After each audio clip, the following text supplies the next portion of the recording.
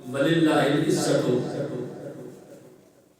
وَلِرَسُولِهِ وَلِلْمُؤْمِنِينَ وَلَٰكِنَّ الْمُنَافِقِينَ لَا يَعْلَمُونَ۔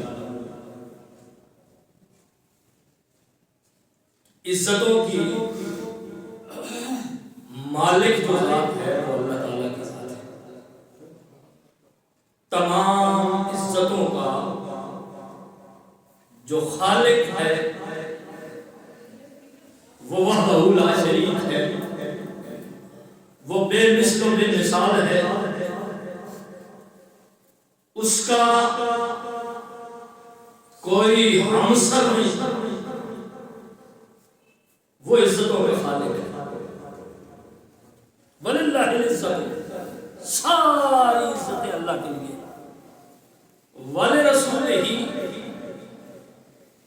اور اللہ کی عطا سے باقی ساری عزتیں مصطفیٰ کے لیے ہیں۔ وَلِلَّهِ الْعِزَّةُ وَلِرَسُولِهِ، عزتیں اللہ کے لیے ہیں،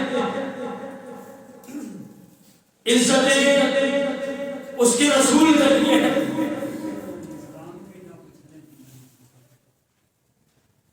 اور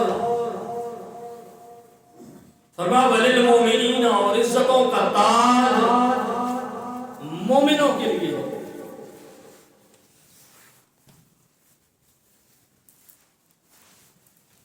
عزت اللہ کے لیے کیونکہ وہ عزت دینے والا ہے،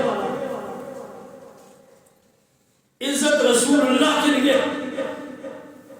کیونکہ مصطفیٰ عزتیں تقسیم کرنے والے ہیں، اور عزت مومنین کے لیے کیونکہ وہ مصطفیٰ کے دامن کرم سے وابستہ ہے۔ قرآن کی اس آیت